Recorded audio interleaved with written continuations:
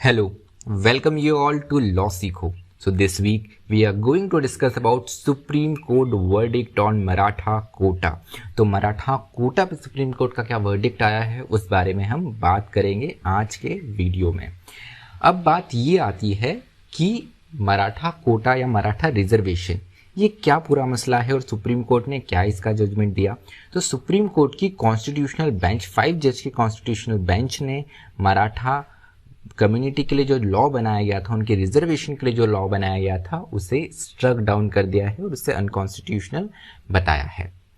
अब ये जो कोटा था, ये जो रिजर्वेशन था, ये मराठा कम्युनिटी के लिए था जो उन्हें एडमिशन और गवर्नमेंट जॉब्स में रिजर्वेशन देता। थोड़ी सी हिस्ट्री जान लेते हैं कि कब से ये डिमांड उठी है और यहाँ पे कब से ये पूरा टसल चल रहा है। तो बात आती है 2014 की। 25 जून 2014 में कांग्रेस और एनसीपी की उस समय जो गवर्नमेंट थी, उन्होंने एक लॉ इनेक्ट किया जिसमें मराठा कम्युनिटी के लिए 16% रिजर्वेशन, उसी के साथ जो मुस्लिम कम्युनिटी है उनके लिए 5% रिजर्वेशन की बात करी जॉब्स और एजुकेशन में। अब ये आगे चल के चैलेंज हो गया बॉम्बे हाई कोर्ट में, लेकिन उसी बीच अक्टूबर 2014 में यहाँ पर गवर्नमेंट बनी महाराष्ट्र में बीजेपी की गवर्नमेंट बनने के बाद में ये भी ऑर्डिनेंस मराठा रिजर्वेशन के लिए लेकर आ गए। अब 14 नवंबर 2014 को होता ये है कि यहाँ पर बॉम्बे हाई कोर्ट ने इस एक्ट को, जो भी लॉ था, उसे स्टे कर दिया, उस पर रोक लगा ली। उसके बाद में जो बीजेपी की गवर्नमेंट थी उस समय की, वो इस स्टे के अगेंस्ट सुप्रीम कोर्ट चले गए। अब यहाँ पर तो गवर्नमेंट के लेवल पर और हमारे प्रशासनिक लेवल पे ये गतिविधियां, ये एक्टिविटी हो रही थी, लेकिन दूसरी तरफ मराठा कम्युनिटी ने भी अपने आप में अपनी तरफ से एक पुश करना स्टार्ट किया। जुलाई 2016 से लेकर अगस्त 2018 तक कंटिन्यूअसली इन्होंने महाराष्ट्र के अलग अलग डिस्ट्रिक्ट में, अलग अलग सिटीज़ में, सिर्फ महाराष्ट्र नहीं इसके बाहर भी जहाँ पर मराठा कम्युनिटी का प्रेजेंस है, वहाँ पर भी इन्होंने साइलेंट मार्चेस करी। मराठा क्रांति मोर्चा के बैनर के नीचे मराठा रिजर्वेशन और उसके से जुड़ी हुई और भी डिमांड्स जो है, इनको रेस करते हुए ये मार्चेस की गई। उसके बाद में नवंबर 15, 2018 को वहाँ की महाराष्ट्र गवर्नमेंट ने एक स्टेट बैकवर्ड क्लास कमीशन जो है, उन्हें एक यहाँ पर स्टडी करने का बोला था कि मराठा कम्युनिटी को हम किस तरीके से रिजर्वेशन दे सकते हैं। तो जो स्टेट बैकवर्ड क्लास कमीशन था, उन्होंने भी अपनी रिपोर्ट जो है वो स्टेट गवर्नमेंट को दे दी। एंड फाइनली 30 नवंबर 2018 को यहाँ पे महाराष्ट्र में एक लॉ आया जिसमें 16% कोटा जो है मराठा कम्युनिटी को दिया गया जॉब्स और एजुकेशन में। अब यहाँ पर ये देखने वाली बात है कि ओबीसी, एससी, एसटी ये ऑलरेडी रिजर्वेशन यहाँ पर था। उसके अलावा जो एसबीसी है, इन्हें भी रिजर्वेशन है कुछ प्रतिशत, और उनके अलावा यहाँ पे ओबीसी में से ही कर्व्ड आउट करके एनटी जो रहती है, नॉमेडिक ट्राइब्स, इनको भी रिजर्वेशन मिला हुआ है। तो इनके एग्जिस्टिंग रिजर्वेशन को धक्का नहीं लगाते हुए एक्स्ट्रा जो है 16% रिजर्वेशन दिया गया। अब बात आती है कि मराठा कम्युनिटी की बात करते हैं। तो कौन है मराठास? मराठास बेसिकली महाराष्ट्र की सबसे बड़ी और डोमिनेंट कम्युनिटी मानी जाती है। करीब पॉपुलेशन का 34%, 33 से 34% पॉपुलेशन जो महाराष्ट्र में है वो मराठा कम्युनिटी से बिलोंग करती है। उसके अलावा महाराष्ट्र में अभी तक जितने भी सीएम हुए हैं, उनमें से जो मेजॉरिटी ऑफ सीएम हैं वो इसी कम्युनिटीज़ में से आते हैं। अब ये कम्युनिटी को अगर हम यहाँ पे हमारी कास्ट हायरार्की में देखें तो ये अपने आप को वॉरियर कास्ट मानती है और हिस्टोरिकली लंबे समय से इनके पास में लैंड होल्डिंग्स काफ़ी ज़्यादा रही है। अगर हम बात करें नोटेबल पर्सनालिटी की, तो छत्रपति शिवाजी महाराज ये खुद मराठा कम्युनिटी को बिलोंग करते थे। तो इसीलिए यहाँ पर मराठा कम्युनिटी जो है वो अपना as a symbol Shivaji Maharaj को भी पोर्ट्रे करते हैं। अब बात ये आई कि जब इतने बड़े नोटेबल लोग इस कम्युनिटी में हुए हैं, मेजॉरिटी ऑफ चीफ मिनिस्टर्स जो है वो भी इसी कम्युनिटी से आते हैं, तो ये रिजर्वेशन की मांग क्यों कर रहे हैं, आरक्षण की मांग क्यों कर रहे हैं? तो इसके पीछे कारण है कि टाइम के हिसाब से अगर आप बदलते नहीं हो तो आप कई हद तक पीछे छूट जाते हो। ये मैं क्यों कह रहा हूँ? क्योंकि पहले, अगर आज से कुछ वर्षों पहले, कुछ शताब्दी पहले अगर हम देखें तो हमारे देश में जो सबसे अच्छा प्रोफेशन माना जाता था, जो सबसे अच्छा रोजगार का सोर्स माना जाता था, वो था एग्रीकल्चर। तो कम्युनिटी जो है, मराठा कम्युनिटी जो है, ये मेजॉरिटी ऑफ कम्युनिटी जो है वो एग्रीकल्चर पे डिपेंड करती थी। अब टाइम बदलते गया, इंडस्ट्रियल रिवॉल्यूशन आया, सर्विस सेक्टर का भी समय आ गया है, सेवा क्रांति का समय आ गया है, लेकिन ये कम्युनिटी के जो मेजॉरिटी ऑफ लोग हैं वो अभी भी एग्रीकल्चर पे डिपेंड करते हैं, और बहुत सी पॉपुलेशन जो रूरल एरिया में भी है। तो यहाँ पर देखने को ये मिला है कि जैसे ही कृषि में दिक्कतें, एग्रीगेन प्रॉब्लम्स हमें देखने को मिले, उसके साथ ही साथ परिवार बढ़े तो लैंड का डिवीजन भी हुआ। तो पहले जितनी लैंड हुआ करती थी उससे कई छोटे छोटे टुकड़े अब इनकी फैमिलीज के बाद में इनके जो फैमिलीज बढ़ी तो उनके पास में आ गए। लैंड तो उतनी ही रही लेकिन फैमिली और लोग तो बढ़ते गए। इसके चलते हुए हुआ ये कि इनकी जो प्रॉस्पेरिटी थी, इनके पास में जो धन था, पैसा था, और इनकी जो भी शानो शौकत थी, ये धीरे धीरे कम होने लगी, खासकर जो मिडिल क्लास और लोअर मिडिल क्लास मराठास है उनमें। तो जो खासकर इनमें से जो रूरल एरियाज में रहते हैं तो इनको काफ़ी ज़्यादा क्राइसिस देखने को मिले। तो कहीं कहीं इनकी काफ़ी ख़राब स्थिति भी देखने को मिलती है।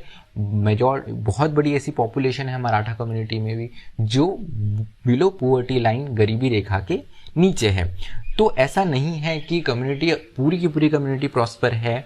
यहाँ पर बहुत बड़ा सेक्शन ऐसा भी है जो अंडर प्रिविलेज्ड है, इकोनॉमिकली यहाँ पर बैकवर्ड है।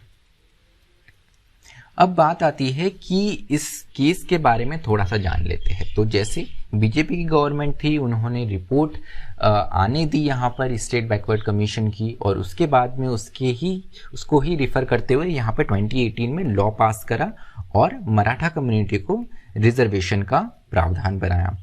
अब ये जो रिजर्वेशन, कितना रिजर्वेशन था, 16% कोटा दिया गया admission to educational institutions and jobs in public services. तो एजुकेशनल इंस्टीट्यूशंस और नौकरियों में, जॉब्स में 16% कोटा दिया गया मराठा कम्युनिटी में। अब ये 16% जो कोटा है ये एग्जिस्टिंग कोटे से अलग हटकर है। इसका मतलब ये है कि जो ऑलरेडी 52% यहाँ पर एक कोटा फिक्स था, उसको क्रॉस करके ये 50% का सीलिंग क्रॉस कर गया। इसीलिए अब मामला चले जाता है कोर्ट में। अब मामला गया कोर्ट में। पहला कोर्ट रहेगा बॉम्बे हाई कोर्ट, स्टेट में जो इनका हाई कोर्ट है वहाँ पर मामला जाता है। तो इसकी वैलिडिटी चैलेंज हुई। अब बॉम्बे हाई कोर्ट का क्या ऑब्जर्वेशन था? बॉम्बे हाई कोर्ट का बोलना था कि प्रिंसिपल में तो ये जो रिजर्वेशन दिया गया ये तो अपने आप में सही है, लेकिन जो स्टेट बैकवर्ड कमीशन जो है, इन्होंने जो रिपोर्ट दी थी, जस्टिस जी गायकवाड़ की जो हेडेड कमेटी थी, इन्होंने जो रिपोर्ट दी थी उसकी रिकमेंडेशन को आपने पूरी तरीके से नहीं माना है। किस सेंस में नहीं माना है? आपने जो परसेंटेज दिया है वो जो कमेटी ने आपको एक रिकमेंडेशन करा था उससे ज़्यादा आपने परसेंटेज फिक्स करा है मराठा कम्युनिटी के लिए। तो यहाँ पर कितना, हमने जैसे पिछले स्लाइड में डिस्कस करा कि पहले 16% कोटा दिया गया। तो महाराष्ट्र गवर्नमेंट बोली चलो ठीक है, हम कोटा जो है उसका परसेंटेज कम कर देते हैं। जो MG Gaikwad, justice MG Gaikwad की कमेटी ने जो रिकमेंडेशन दिया है हम उस अनुसार ही, उसके अकॉर्डिंग ही हम कर लेते हैं। तो यहाँ पर उसके बाद में 2019 में लॉ में अमेंडमेंट किया गया, बदलाव किया गया, और यहाँ पर एडमिशन में जो रिजर्वेशन है उसको 16 से 12% कर दिया गया और जॉब्स में इसे 13% कर दिया गया। इसका मतलब क्या है? ऑलरेडी एग्जिस्टिंग ओबीसी को 19% रिजर्वेशन है, एससी को 13% है, एसटी को 7% है, एसबीसी और जो एसबीसी में नॉमेडिक ट्राइब्स वगैरह भी आती है इनको 13% रिजर्वेशन है। उसके अलावा मतलब एग्जिस्टिंग रिजर्वेशन अगर हम देखें तो पहले ही 52% हो जाता है, और जो एग्जिस्टिंग रिजर्वेशन है उसमें 12 से 13% और रिजर्वेशन देने की बात की गई। मतलब टोटल रिजर्वेशन कितना हो जाएगा? 64 से 65%, जो कि 50% के सीलिंग को क्रॉस कर देता है। तो यहाँ पर इस रिजर्वेशन को सही माना गया, सिर्फ परसेंटेज था, वो भी लॉ बना के महाराष्ट्र गवर्नमेंट ने फिक्स कर दिया। लेकिन अब मामला जाता है सुप्रीम कोर्ट में। सुप्रीम कोर्ट में क्या रूलिंग आई है? सुप्रीम कोर्ट में स्पेसिफिकली कहा है कि 50% सीलिंग को आप क्रॉस नहीं कर सकते। Indira Sahani versus union of India का केस जो 1992 में हुआ है, 9 जज बेंच थी यहाँ पर, इन्होंने स्पेसिफिकली कहा है कि किसी भी ग्रुप को रिजर्वेशन देने का जो क्राइटेरिया होगा वो सोशली और एजुकेशनली बैकवर्डनेस पे होगा। प्रॉस्पेरिटी, हमने जैसे जाना मराठा कम्युनिटी की प्रॉस्पेरिटी, धन संपदा कम हुई है।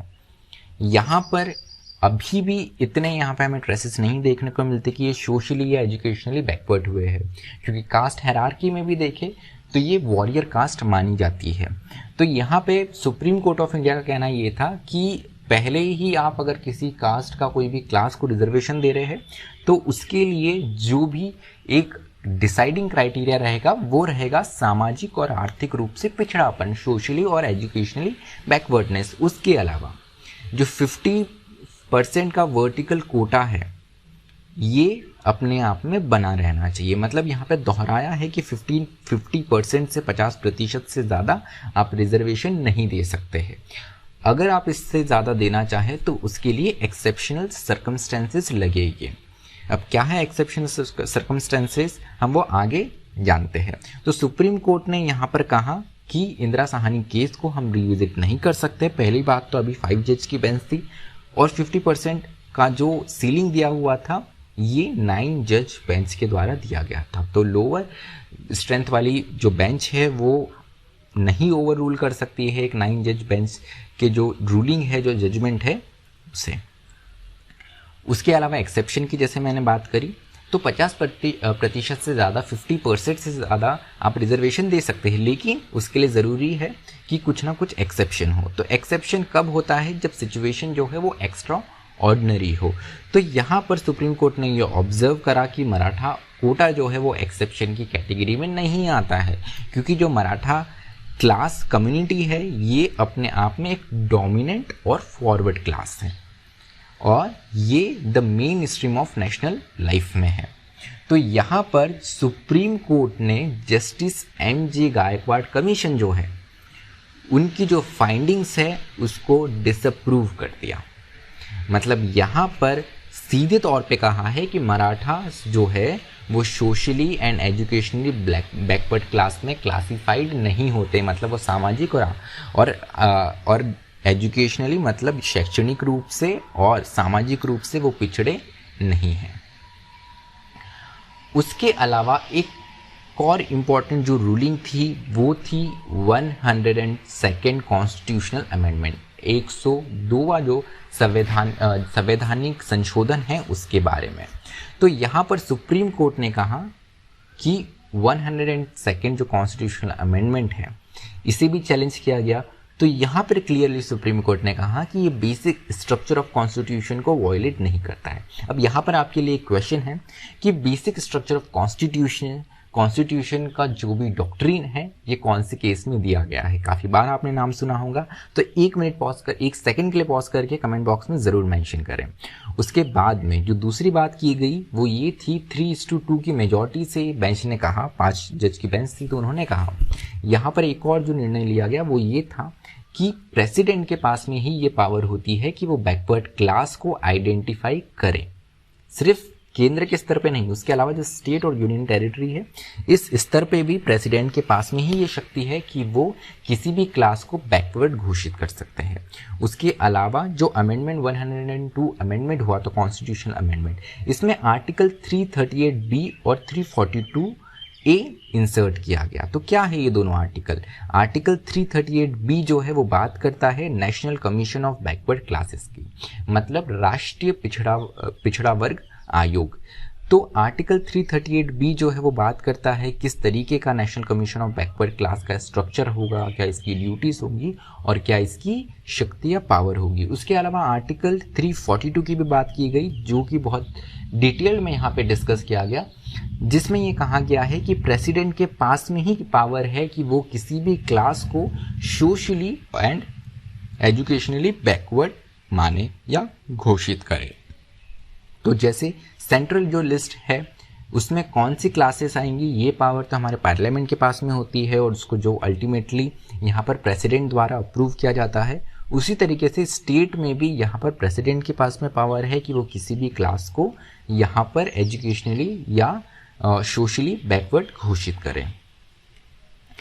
अब बात ये आती है कि 102 अमेंडमेंट जो था ये अपने आप में इसकी कॉन्स्टिट्यूशनल वैलिडिटी जो है वो अपहेल्ड हो गई।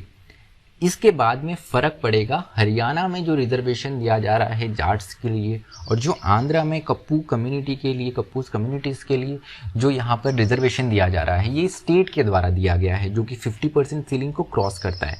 तो वो अपने आप में कितना सही है, ये आगे आने वाले समय में देखने वाली बात रहेगी। और अब ऐसा माना जा रहा है कि पहले बॉल थी स्टेट गवर्नमेंट के पास में, उन्होंने पास कर दिया जुडिशरी को, जुडिशरी ने अब यहाँ पे 102 अमेंडमेंट जो है उसकी कॉन्स्टिट्यूशनल वैलिडिटी अपहेल्ड करते हुए कह दिया कि ये प्रेसिडेंट के हाथ में है कि आप किसी भी क्लास को सोशली या एजुकेशनली यहाँ बैकवर्ड घोषित कर सकते हैं। मतलब अब बॉल पास होकर चली गई सेंट्रल गवर्नमेंट के पास में। आगे आने वाले समय में देखने वाली बात रहेगी कि किस तरीके से सेंट्रल गवर्नमेंट इस पूरी कंडीशन को टैकल करती है। उसके अलावा यहाँ पर एक और इम्पॉर्टेंट बात ये भी हो जाती है कि जो मराठा कम्युनिटी है, जिन्होंने अपने आप में काफ़ी ज़्यादा, ये एक डोमिनेंट क्लास है स्टेट ऑफ महाराष्ट्र में। महाराष्ट्र जो है इंडिया का one of the most important state है, जीडीपी में सबसे ज़्यादा कंट्रीब्यूशन करता है। तो क्या ये कम्युनिटी कब तक शांत बैठेगी और किस तरीके से रिएक्ट करेगी, ये आगे आने वाले समय में देखने वाली बात रहेगी। तो चलिए, मुझे सुनने के लिए आप सभी का धन्यवाद। इसी तरह अपना और अपनों का ख्याल रखिए। Thank you. Stay tuned to law सीखो।